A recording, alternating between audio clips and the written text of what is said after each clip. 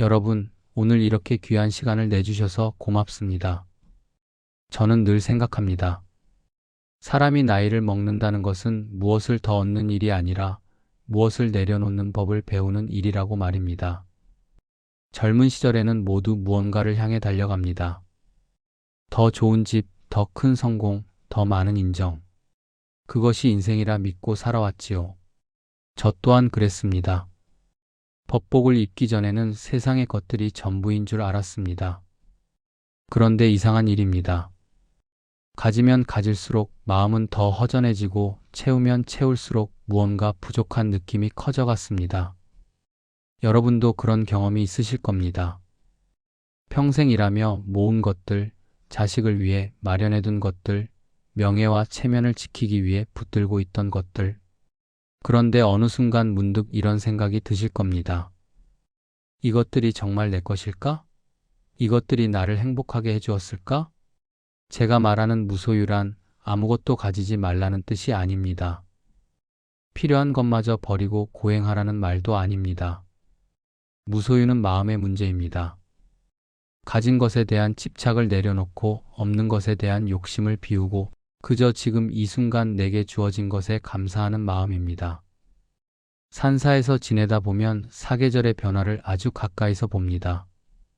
봄이 오면 꽃이 피고 여름이 오면 잎이 무성해지고 가을이 오면 단풍이 들고 겨울이 오면 나무는 모든 잎을 떨구어냅니다. 그런데 그 나무를 보십시오. 잎을 다 떨군 나무가 초라해 보입니까? 아닙니다. 오히려 나무의 본질이 더 또렷하게 드러납니다. 가지의 곡선이 보이고 줄기의 결이 보이고 하늘을 향한 그 당당한 모습이 선명해집니다. 사람도 마찬가지입니다. 나이가 들수록 떨구어야 할 것들이 있습니다. 젊은 시절의 욕심, 중년의 자존심, 남들에게 보이려던 체면들. 그것들을 하나씩 내려놓을 때 비로소 우리의 본 모습이 드러납니다. 그리고 그 모습은 결코 초라하지 않습니다. 오히려 한 생을 살아낸 사람만이 가질 수 있는 깊이와 고요함이 묻어납니다. 어느 날 한 신도님이 찾아와 물었습니다. 스님, 저는 평생 가족을 위해 살았는데 이제 나이가 드니 아무도 제 수고를 알아주지 않습니다. 섭섭하고 속상합니다. 어떻게 해야 합니까? 저는 이렇게 여쭈었습니다. 그 모든 것을 하실 때 무엇을 바라셨습니까? 그분은 한참을 생각하시더니 말씀하셨습니다. 아무것도 바라지 않았습니다. 그저 해야 할 일이라 생각했습니다. 그렇다면 이제 그 마음으로 돌아가시면 됩니다. 우리가 괴로운 이유는 기대 때문입니다. 내가 이만큼 했으니 뭔가를 받아야 한다는 기대, 내가 이렇게 살았으니 인정받아야 한다는 기대. 하지만 내려놓으십시오. 기대를 내려놓는 순간 섭섭함도 사라집니다. 무소유의 첫걸음은 작은 것에서 시작됩니다. 옷장에 몇 년째 입지 않는 옷들이 있습니까? 그것을 정리하는 것부터 시작하십시오. 서랍 속에 언젠가 쓸까 싶어 모아둔 것들이 있습니까? 필요한 사람에게 나눠주십시오. 물건을 비우면 공간이 생기고 공간이 생기면 마음도 따라 가벼워집니다. 하지만 진짜 비움은 마음속에서 일어나야 합니다. 과거의 후회를 붙들고 계십니까? 그것을 놓으십시오. 이미 지나간 일입니다. 미래의 걱정에 사로잡혀 계십니까? 그것도 놓으십시오. 아직 오지 않은 일입니다. 지금 이 순간만이 우리가 살 수 있는 유일한 시간입니다. 가장 가난한 사람이 누구인지 아십니까? 아무것도 가지지 못한 사람이 아닙니다. 많이 가지고도 더 많은 것을 원하는 사람입니다. 반대로 가장 부유한 사람은 누구입니까?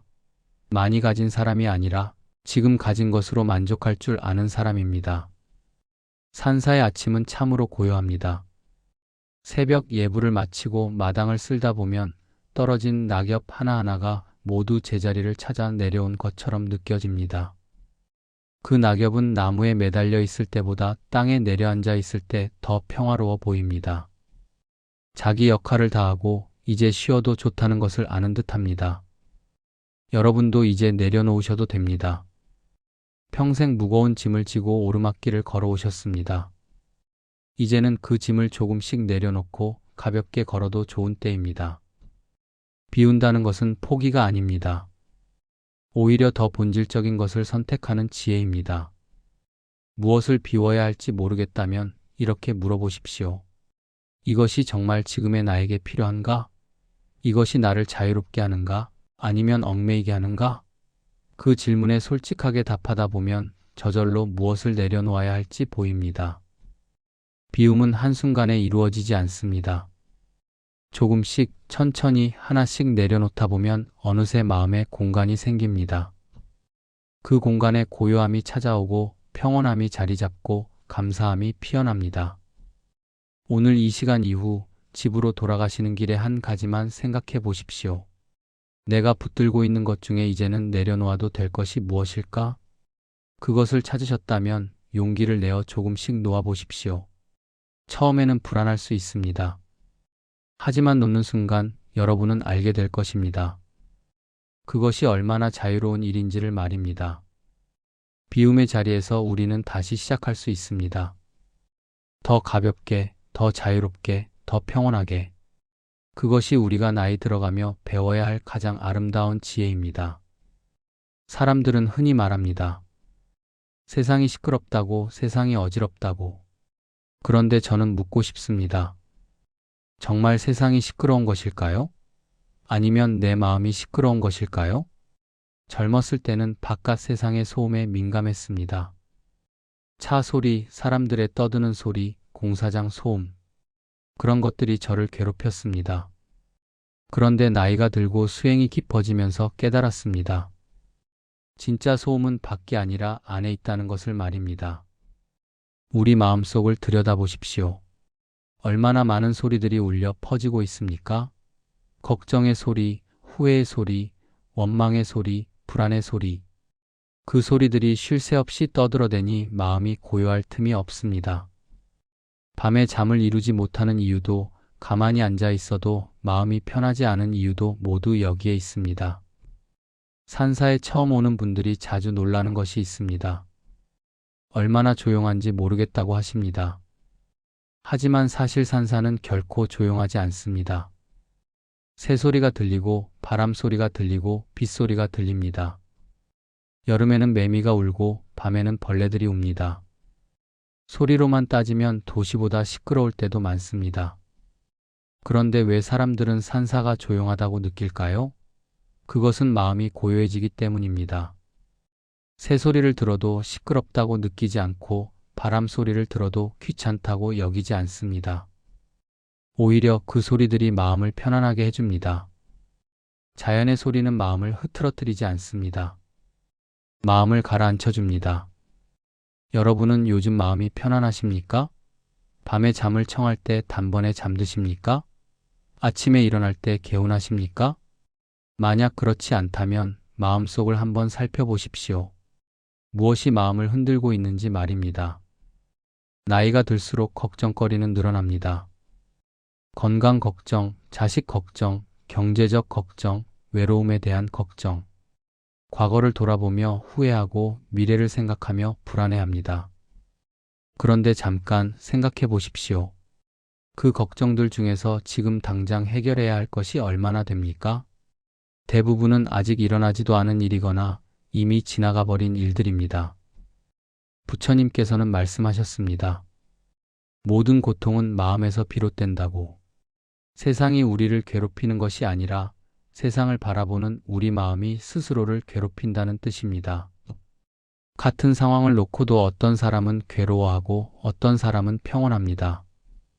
차이는 무엇입니까? 바로 마음입니다.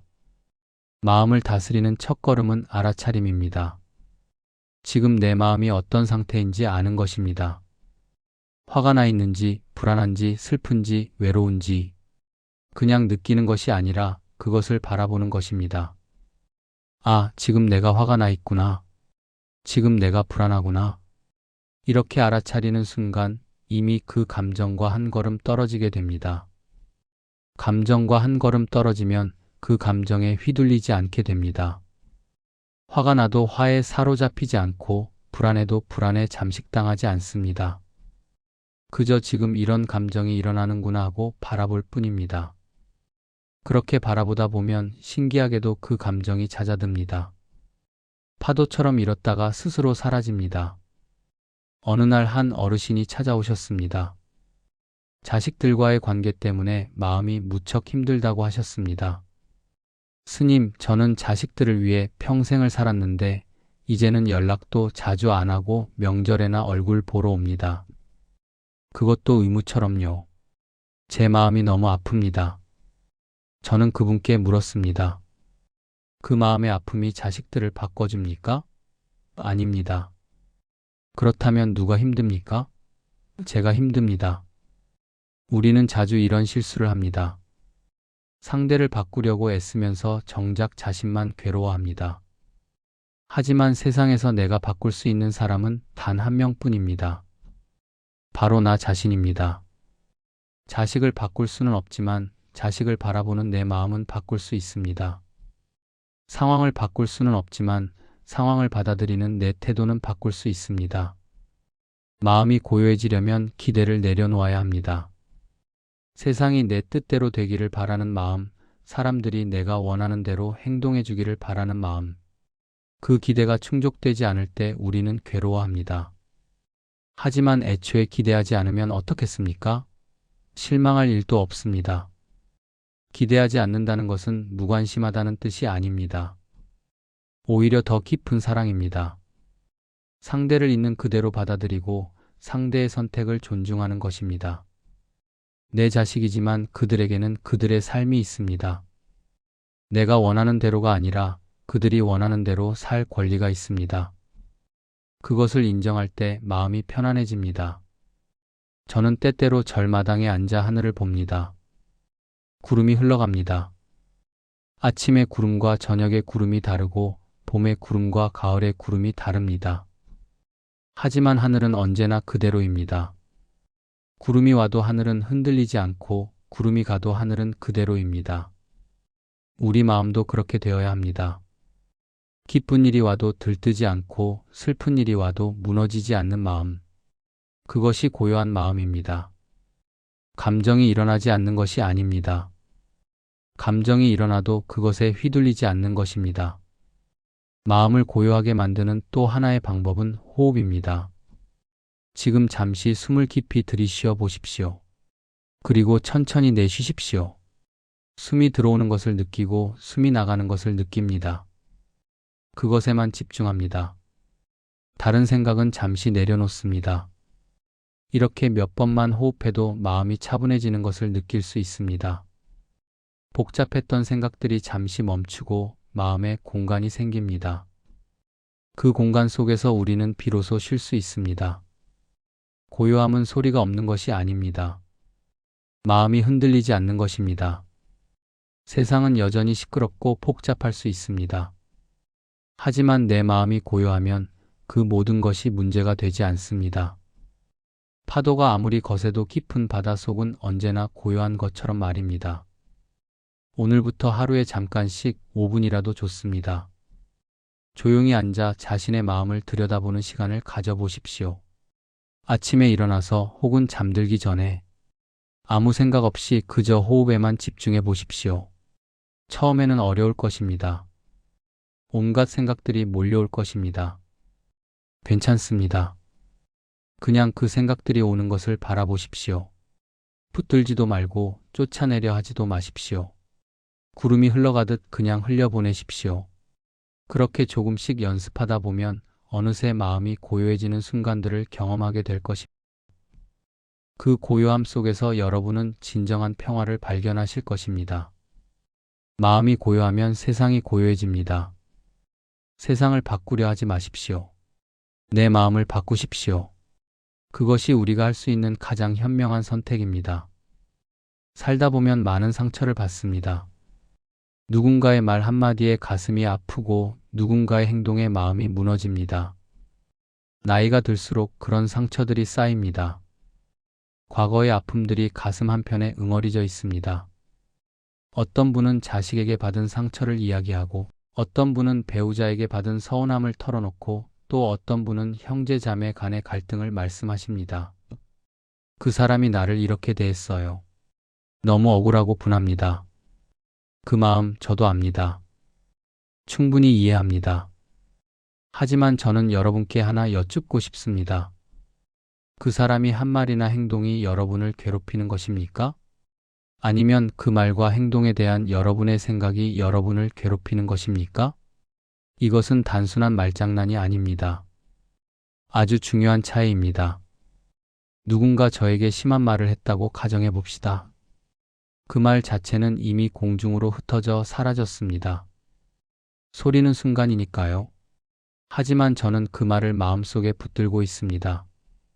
되새기고 곱씹고 분노하고 슬퍼합니다.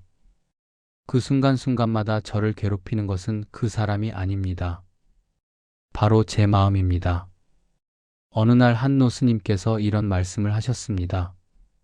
누군가 너에게 선물을 주는데 내가 받지 않으면 그 선물은 누구의 것이냐? 저는 대답했습니다. 주는 사람의 것입니다. 스님께서 말씀하셨습니다. 그렇다. 누군가 너에게 화를 내고 모욕을 주는데 내가 그것을 받지 않으면 그것은 그 사람의 것이다. 이 말씀이 처음에는 이해가 되지 않았습니다. 상처 주는 말을 어떻게 받지 않을 수 있단 말입니까? 하지만 수행하며 깨달았습니다. 받지 않는다는 것은 마음에 담지 않는다는 뜻이었습니다. 귀로는 들어도 마음으로는 받아들이지 않는 것. 그것이 가능하다는 것을 배웠습니다. 물론 쉽지 않습니다. 특히 가까운 사람에게 받은 상처는 더 깊습니다. 자식에게 서운한 말을 들으면 남에게 듣는 것보다 100배 아픕니다. 평생 의지했던 배우자가 차가운 말을 하면 세상이 무너지는 것 같습니다. 그 마음 모릅니다. 하지만 그렇게 아파하며 세월을 보내는 것이 과연 여러분에게 도움이 됩니까? 상대는 이미 그 말을 잊었을 수도 있는데 여러분만 그 말을 붙들고 밤낮으로 괴로워합니다.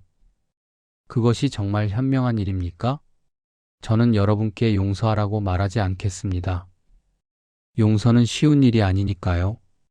하지만 내려놓으라고는 말씀드리고 싶습니다. 그 사람을 용서하지 못하더라도 그 상처를 내려놓을 수는 있습니다. 그 사람이 옳다고 인정하지 않더라도 그 일에 대한 집착을 놓을 수는 있습니다. 집착이 무엇입니까? 이미 지나간 일을 계속 붙들고 있는 것입니다. 바꿀 수 없는 과거를 바꾸려고 애쓰는 것입니다. 그것은 담 밖으로 흘러간 물을 다시 담 안으로 끌어들이려는 것만큼이나 헛된 일입니다. 나이가 들수록 놓아야 할 것이 많아집니다. 과거의 실수에 대한 후회, 타인에게 받은 상처, 이루지 못한 꿈에 대한 미련. 이런 것들을 붙들고 있으면 남은 인생을 온전히 살 수 없습니다. 한 번은 이런 일이 있었습니다. 어떤 어르신이 찾아와 형제간의 재산 분쟁 이야기를 하셨습니다. 이미 10여 년 전 일인데 그분은 여전히 그 일을 잊지 못하고 계셨습니다. 제가 손해를 봤어요. 동생이 저를 속였어요. 생각할 때마다 치가 떨립니다. 저는 물었습니다. 그 일 때문에 얼마나 괴로우셨습니까? 말도 마십시오. 10년 동안 하루도 편한 날이 없었습니다.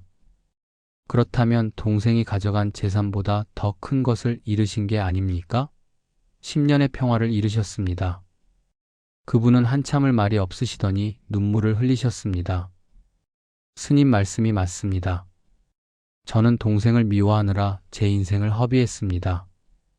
여러분, 누군가를 미워하고 원망하는 것은 독을 마시고 상대가 죽기를 바라는 것과 같습니다. 독을 마시는 사람은 나인데 죽기를 바라는 사람은 상대입니다. 얼마나 어리석은 일입니까? 그렇다면 어떻게 해야 할까요? 먼저 그 감정을 인정하십시오. 나는 지금 화가 나 있다. 나는 지금 슬프다.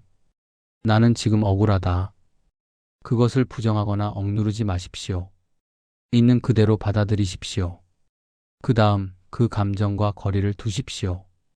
나는 화가 난 사람이다가 아니라 지금 내 안에 화라는 감정이 있구나라고 바라보십시오. 나와 감정 사이에 공간을 만드는 것입니다.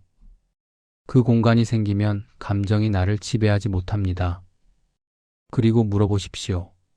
이 감정을 계속 붙들고 있는 것이 나에게 무슨 이득이 있는가? 대부분의 경우 아무 이득이 없습니다. 오히려 해만 끼칩니다. 그것을 깨닫는 순간 놓는 것이 조금 쉬워집니다. 관계에서 오는 고통의 대부분은 기대에서 비롯됩니다. 이 사람은 마땅히 이렇게 해야 한다. 자식이라면 당연히 이래야 한다. 배우자라면 이 정도는 해줘야 한다. 이런 기대가 충족되지 않을 때 우리는 상처받습니다. 하지만 생각해 보십시오. 그 기대는 누가 만든 것입니까? 바로 내가 만든 것입니다. 상대는 그런 기대가 있는지조차 모를 수 있습니다. 내가 혼자 기대하고 혼자 실망하는 것입니다. 기대를 내려놓으면 어떻게 될까요? 실망도 사라집니다. 상대가 무언가를 해주면 감사하고 해주지 않아도 괜찮습니다. 그렇게 되면 관계가 훨씬 편안해집니다. 나를 괴롭히는 것은 결국 나였습니다. 남이 준 상처가 아니라 그 상처를 붙들고 있는 내 마음이 나를 괴롭혔습니다. 이것을 깨닫는 순간 비로소 자유로워질 수 있습니다.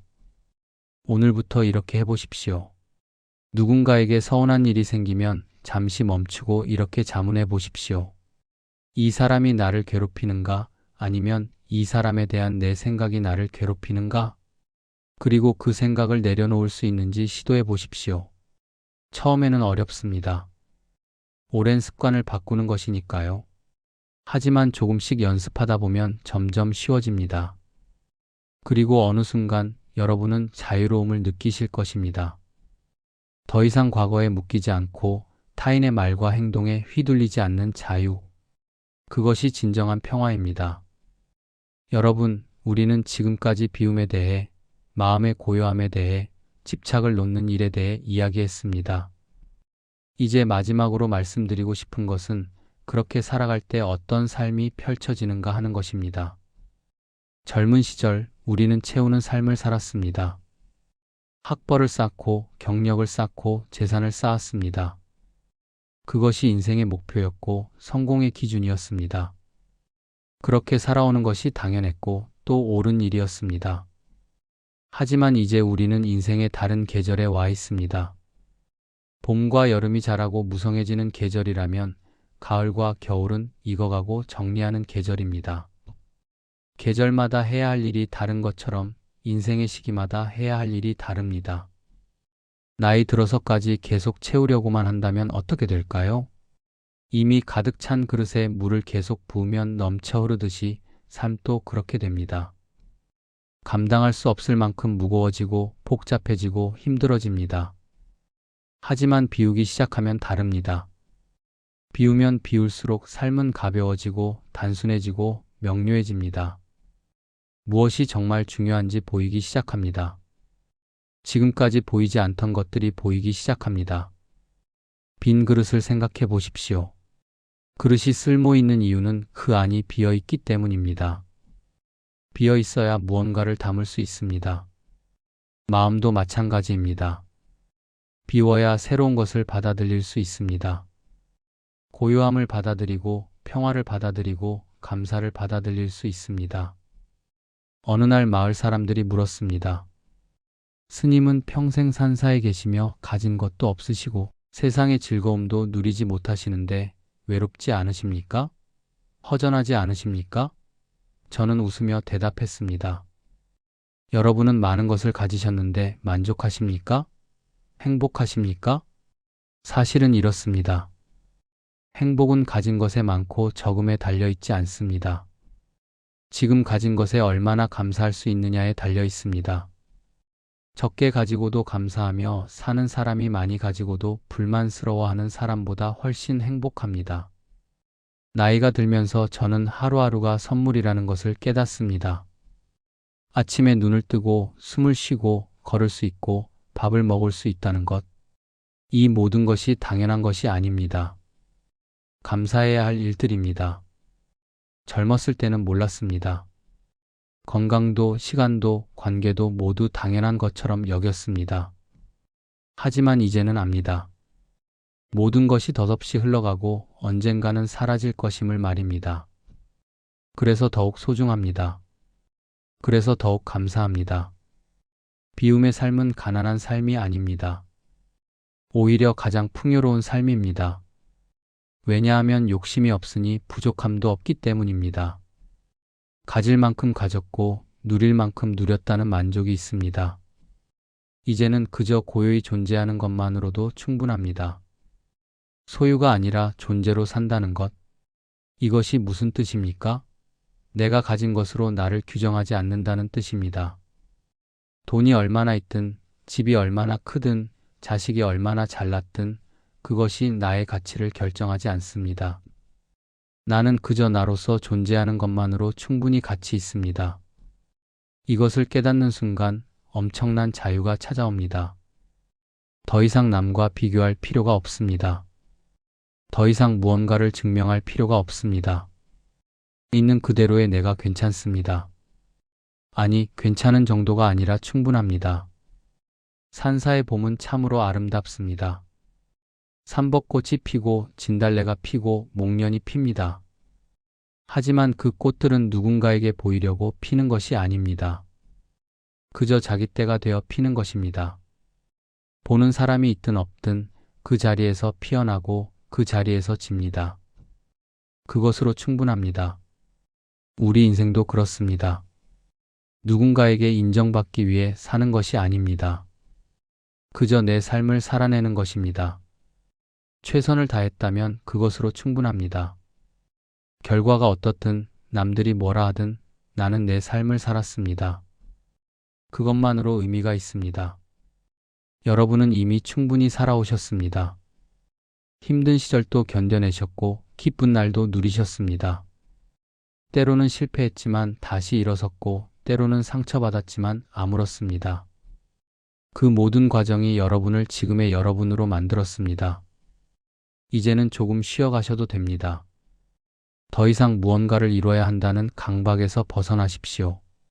이미 충분히 이뤘습니다. 더 이상 누군가를 기쁘게 해야 한다는 부담에서 벗어나십시오. 이미 충분히 해오셨습니다. 이제는 여러분 자신을 위한 시간을 가지십시오.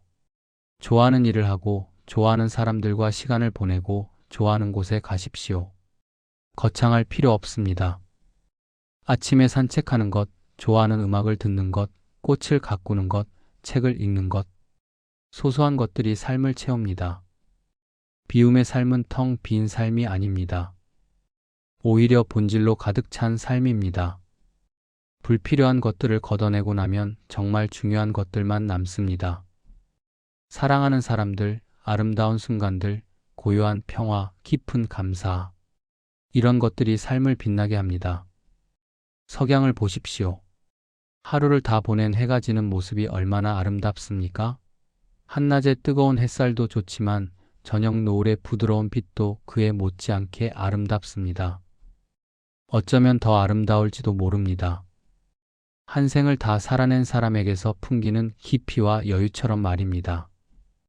여러분의 인생도 지금 가장 아름다운 빛을 발하고 있습니다. 젊은 시절의 화려함과는 다른 무르익은 아름다움입니다. 비웠기에 더 선명하고 내려놓았기에 더 자유롭고 겪었기에 더 깊은 그런 아름다움입니다. 이 빛을 소중히 여기십시오. 남은 시간을, 남은 에너지를, 남은 사랑을 아껴 쓰지 마십시오. 지금 이 순간을 충만하게 사십시오. 내일을 위해 오늘을 희생하지 마십시오. 오늘이 바로 우리가 사는 날입니다. 부처님께서는 말씀하셨습니다. 과거에 머물지 말고 미래를 꿈꾸지 말라. 마음을 현재에 집중하라. 지금 이 순간 여기. 이것이 전부입니다. 이것만으로 충분합니다. 비울수록 환하게 빛나는 삶. 그것은 평생을 살아온 우리에게 주어지는 선물입니다. 그 선물을 받으십시오. 더 이상 무거운 짐을 지지 마십시오.